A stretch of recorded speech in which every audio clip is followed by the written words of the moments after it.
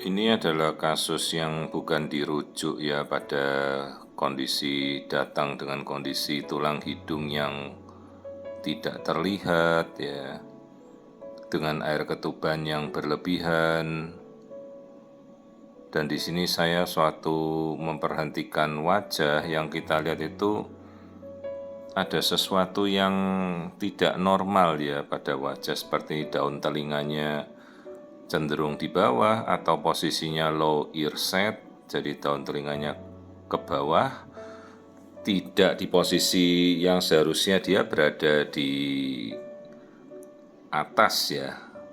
Jadi seperti telinganya tuh melorot.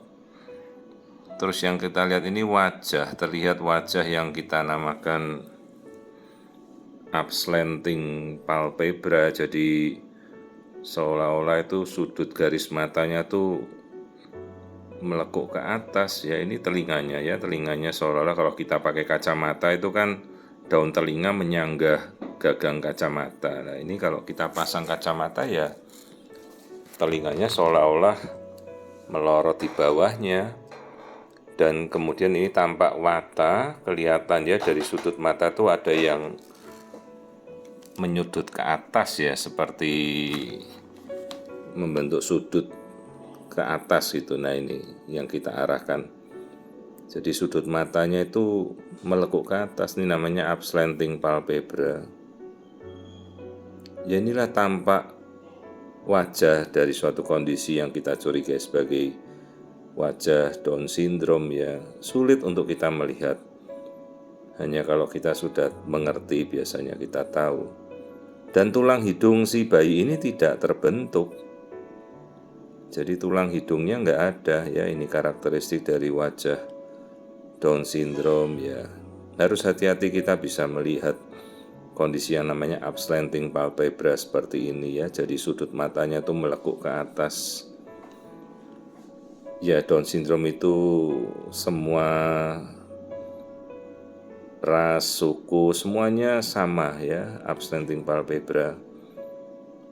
Itu yang kita temukan ya. Jadi dulu namanya adalah mongoloid, kita sudah tidak boleh memakai istilah itu lagi. Ya, jadi tulang hidungnya ini nggak ada, tulang hidung tidak saya temukan.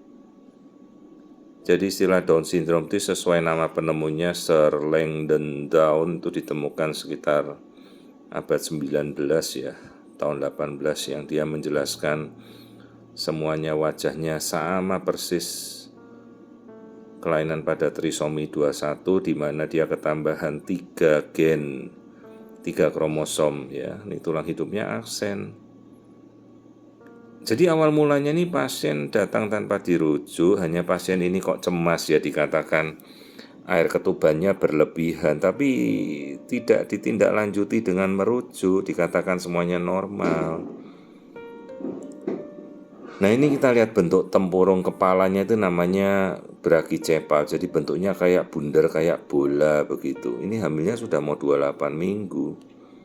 Ya, bentuk kepala kita itu harusnya lonjong, oval ya. Nah ini bentuk kepalanya bundar kayak bola, bulat lah. Itu bukan suatu hal yang normal ya, bentuk kepala bulat itu suatu kelainan. Hanya memang struktur otak Down syndrome kita tidak bisa membedakan dengan normal. Hanya intelijensinya untuk anak-anak Down syndrome itu kan mereka IQ-nya terbatas di bawah, setahu saya di bawah 100 ya. Tuh. Dari mulai mampu dilatih, mampu diedukasi ya. Gitu. Nah ini yang kita lihat daun telinganya, jadi daun telinga yang posisinya low ear set. Kalau kita pakai kacamata, maka posisi daun telinga itu di bawah garis kacamata kita kalau kita pasang gagang kacamata gitu. Ya istilahnya low ear set position. Jadi apa yang membuat si ibu ke saya? Karena dia khawatir begitu dikatakan air ketubannya berlebihan, ada apa dok? Sementara dokternya tidak merujuk, menyatakan ya normal-normal saja. Seharusnya kalau air ketuban berlebihan kan itu bukan suatu hal yang normal ya. Ya dicarilah penyebabnya. Ada masalah apa? Kan berhubungannya dengan dia proses menelan. Jadi ada masalah apa dengan proses menelannya kalau air ketubannya polihidramnios? Jadi istilahnya poli itu banyak, hidramnios itu air, kelebihan air ketuban. Nah kemudian kita cari, ini ada apa di perutnya kok kita melihat seperti ada 2 gelembung tadi ya. Ini kita lihat sambil lihat jantungnya kemungkinan tidak ada masalah lah. Kita coba amati bagian perut, ini masih jantungnya, 4 ruang jantungnya saya lihat sih normal. Atau mungkin ada kemungkinan biasa kalau anak Down syndrome itu ada ventricle septal defect kecil sekali, sekat bilik yang mungkinan bocor ya. Tapi sejauh saya lihat tidak masalah. Jadi sindrom Down itu sekumpulan marker kelainan ya, mulai dari bagian wajah, telinga, jantung, tulang-tulang biasanya pendek ya, kemudian ada gangguan pencernaan. Nah ini yang kita lihat, ternyata ada VSD kecil banget ya, nyaris tidak tampak VSD kecil. Ini kalau VSD kecil ya tidak ada masalah, biasanya dia nutup sendiri. Oke, nah permasalahan terbesar ini ada di sini, perhatikan.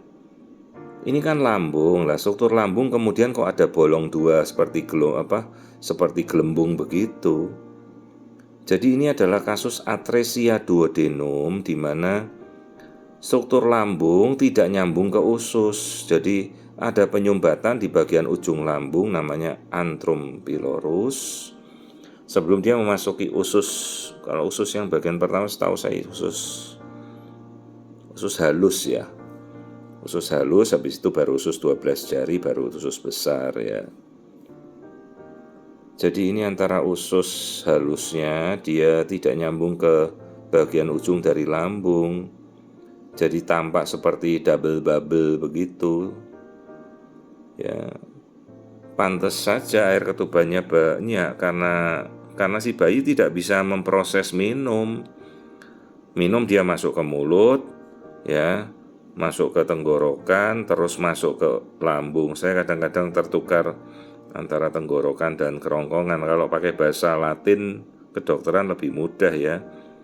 Jadi habis minum dia masuk ke esofagus, terus masuk ke lambung. Ternyata lambungnya tersumbat. Jadi ada double bubble tersumbat, lambungnya ada sumbatan bagian paling ujung namanya dari antrum pylorus itu tidak bisa masuk ke usus halus. Ya. Jadi kalau bahasa kedokteran lebih mudah lagi menjelaskannya duodenum, yeienum, ileum. Kalau bahasa kedokteran, kalau bahasa awamnya ya usus halus, usus 12 jari ke usus besar. Jadi ini ada bagian lambungnya tersumbat, tidak bisa masuk usus halus, maka bayinya tidak bisa memproses cairan yang dia minum, hanya bisa berkemih, jadi air ketubannya ini meludak demikian banyak. Nah ini kelamin bayinya bayi perempuan ya. Jadi wajib kita periksakan genetika, kan kita dari awal kita bisa NIPT, sekarang sangat terjangkau lah ya. Jadi kalau proses menelan itu kan tidak muncul baru sekarang, pasti prosesnya sudah muncul dari kemarin-kemarin. Nah ini ada lagi yang bagian kaki terlihat seperti jempol kakinya memisah seperti jari kita sedang memakai sandal jepit ya, namanya sandal gap memang istilahnya. Ini karakteristik lain dari kasus Down syndrome ya. Jadi inilah bayi dengan kondisi trisomi 21 yang kita curiga, kita menunggu hasil genetikanya. Air ketubannya berlebihan, ususnya tidak nyambung, tidak ada tulang hidung, telinganya melorot, kemudian bagian jantungnya ada bocor. Ya inilah contoh kasus trisomi 21 yang kita temukan telat karena tidak dirujuk juga. Inilah karena seorang ibu itu kan feelingnya memang tajam, jadi dia tahu kondisi yang kok tidak beres ya dengan anaknya, dan harusnya dokter yang memantau dia mengerti ya, rujuklah ke konsultan fetomatral untuk diperiksa. Ini ibunya datang sendiri menemui untuk memeriksa pemeriksaan konsultan feto ke saya, dan akhirnya ya ketemuan kasusnya ternyata trisomi 21 dugaan kita.